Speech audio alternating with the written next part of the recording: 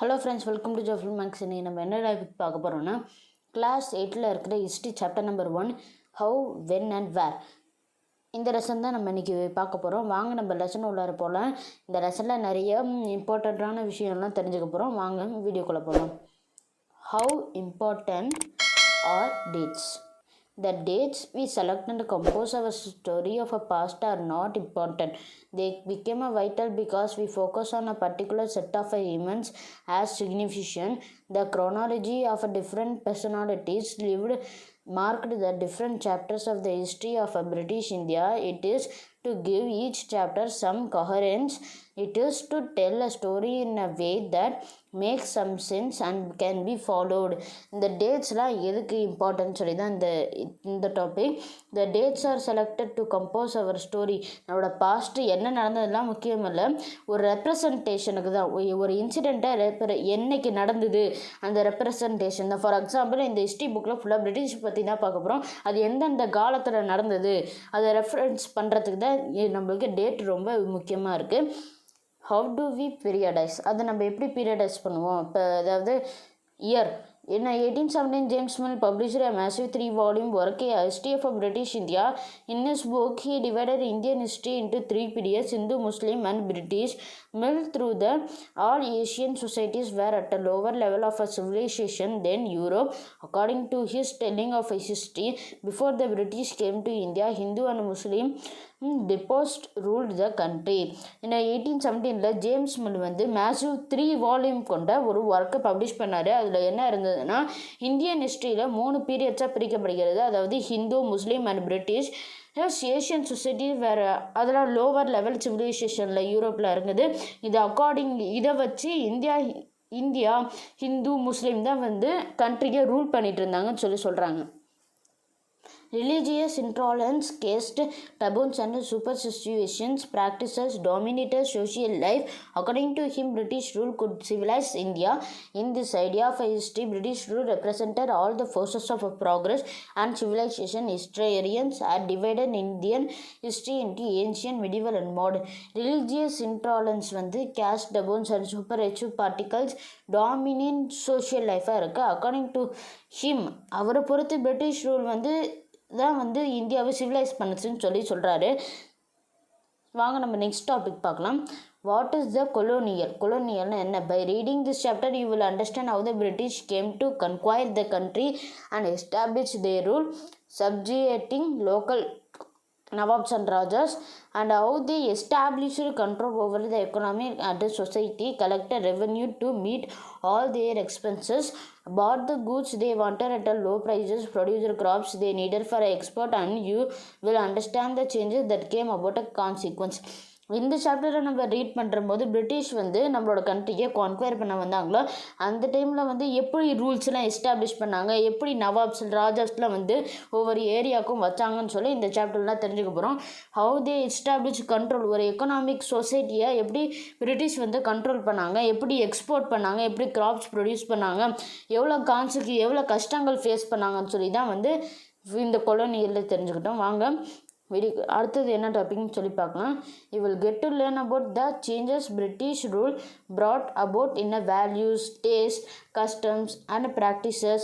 When the subjugations of one country by another leads to these kinds of political, economic, social and cultural changes, it is referred to as colonization.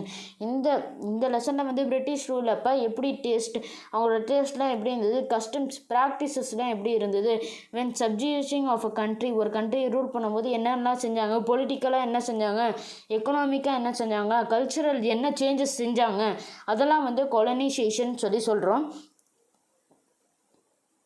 Administration produces records. Administration records produce பண்ண ஆரம்பிச்சிட்டாங்க.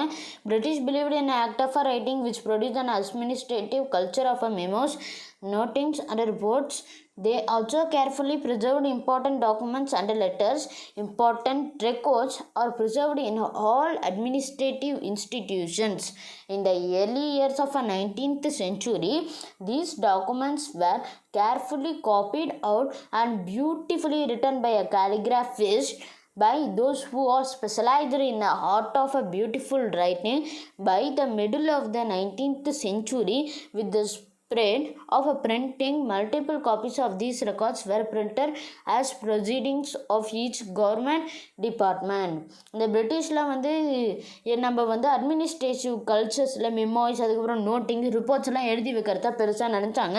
ஏன்னா அவங்க வந்து கேர்ஃபுல்லாக ஒவ்வொரு டாக்குமெண்ட்ஸையும் ஒவ்வொரு லெட்டர்ஸையும் save பண்ணிட்டு வந்தாங்க. 19th சென்ச்சுரியில் அந்த டைமில் இந்த டாக்குமெண்ட்ஸ்லாம் வந்து அழகான கேலிகிராஃபிஸ்ட், அதாவது நல்ல ஹேண்ட் ரைட்டிங் எழுதக்கூடியவங்க, நல்லா நீட்டாக எழுதக்கூடியவங்க, அவங்களால வந்து எழுதப்பட்டதும். அப்புறம் பிரிண்டிங் மிஷின்ஸ் அதெல்லாம் வர ஆரம்பித்ததுக்கப்புறம் ஒவ்வொரு கவர்மெண்ட் டிபார்ட்மெண்ட்டுக்கும் நிறையா செவரல் காப்பீஸ் எடுத்து அவங்களுக்கு சேஃபாக அந்த ரெக்கார்ட்ஸ்லாம் சேவ் பண்ணி வச்சுருக்காங்க. அதான் அட்மினிஸ்ட்ரேஷன் ப்ரொடியூசர்ஸ் ரெக்கார்ட்ஸ். அதுதான் இந்த டாப்பிக்கில் கொடுத்துருக்காங்க. ஸோ வாங்க ஃப்ரெண்ட்ஸ், அடுத்த டாப்பிக்கில் என்ன கொடுத்துருக்காங்கன்னு சொல்லி தெரிஞ்சுக்கலாம். Surveys became important. Surveys எடுக்கிறது. Under the colonial administration, the practice of surveying became common. By the early 19th century, detailed surveys were being carried out to map the entire country. In the villages, revenue surveys were conducted to know the topography, the soil quality, the flora, the fauna, the local histories and cropping patterns. From the end of the 19th century, census operations were held every 10 years with prepared details records of numbers of people in all the provinces of India. Nothing information on caste, religious and occupation. There were many other surveys: botanical surveys, zoological surveys, archaeological surveys and anthropological surveys, forest surveys. இந்த colonial அட்மினிஸ்ட்ரேஷனுக்கு கீழே practices of சர்வேயிங்னால் வந்து ஒரு நார்மலாக அந்த விஷயத்தை பற்றி தெரிஞ்சுக்கிறது, அந்த மாதிரி காமனாக சர்வே எடுக்கிறது. இந்த டைமில் 19th சென்ச்சுரியில் அங்கே வந்து ஒவ்வொரு வில்லேஜஸ்க்கும் ரெவின்யூ சர்வேஸ் எடுத்தாங்களாம், டாபோகிராஃபி, அதுக்கப்புறம் வந்து சாயில் எப்படி நல்லா இருக்கா, அதுக்கப்புறம் ஃப்ளோரா ஃபவுனா அதை பற்றிலாம் வந்து சர்வேஸ் எடுத்தாங்கன்னா, லோக்கல் ஹிஸ்ட்ரி, பழைய கிராப்பிங் பேட்டர்ன், விவசாயம் செய்கிற விதம், அது எல்லாத்தையுமே சர்வே எடுத்தாங்கன்னு சொல்லியிருக்காங்க. அதெல்லாம் வந்து ஒரு டீட்டெயிலாக ப்ரிப்பேர் பண்ணி ஒரு ஃபைல் ரெக்கார்டாக வச்சுருப்பாங்க. அதுக்கப்புறம் சென்சஸ் ஆப்ரேஷன்ஸ்னால் வந்து வருஷத்துக்கு, அதாவது 10 இயர்ஸ்க்கு பீப்புளோட ரெக்கார்டு, எவ்வளோ பேர் இருக்காங்க, எவ்வளோ பீப்புள் வந்திருக்காங்க, எத்தனை பீப்புள் இறந்துருக்காங்கன்னு கொண்டு ஒவ்வொன்றையும் கவுண்ட் பண்ணுவாங்கன்னு சொல்லி அதுக்கப்புறம் சர்வேஸ் இருப்பாங்க. Botanical surveys, zoological surveys, archaeological surveys, anthropological surveys and forest surveys, இத்தனை சர்வேஸ் சொல்லி எடுப்பாங்கன்னு சொல்லியிருக்காங்க. What official record do not del.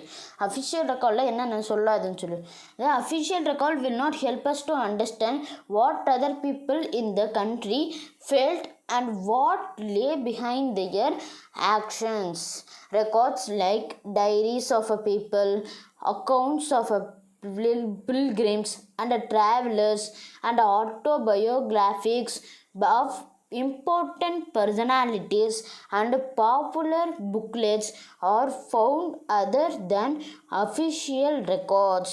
Printing was introduced and newspapers were published and issues were debated in public. Leaders and reformers wrote to spread their ideas. Poets and novelists wrote to express their feelings. But from these sources, history cannot be explained, and how the troubles and the peasants and the workers in the mines of the poor on the streets lived their lives. இந்த official records வந்து எல்லாத்தையுமே நம்மளுக்கு புரிய வச்சிடாது. ஒவ்வொரு பீப்புளோட அவங்க என்ன நினச்சாங்க, அவங்க என்ன மாதிரி யோசித்தாங்க, அதெல்லாம் நம்மளுக்கு புரிய வைக்காது அந்த மாதிரி ரெக்கார்ட்ஸ்லாம். ஆனால் அவங்க டைரிஸ்லேருந்து, பீப்புளோட அக்கௌண்ட் ஆஃப் பில்கிரிம்ஸ்லேருந்து, ட்ராவலர்ஸு, அதுக்கப்புறம் ஆட்டோபயோகிராஃபிஸ், இதெல்லாம் வந்து இதை வச்சு தான் வந்து இதுதான் அஃபிஷியல் ரெக்கார்ட். அதுக்கப்புறம் புக்லெட்ஸ் அவங்க வச்சுருக்குது, பாப்புலர் புக்லெட்ஸு, நியூஸ் பேப்பர்ஸு, அதுக்கப்புறம் வந்து பப்ளிக் ஸ்பெசிஃபிக்காக என்னென்னலாம் டிபேட் கொடுத்துருக்காங்க, அதெல்லாம் வச்சு தான் வந்து பீப்புளெலாம் எப்படி யோசிச்சாங்க, எப்படி முடிவுலாம் எடுத்தாங்க ஒரு பெரிய பெரிய விஷயத்துக்கெலாம் சொல்லி தெரிஞ்சுக்கலாமா. Leaders and reformers road to spread their ideas.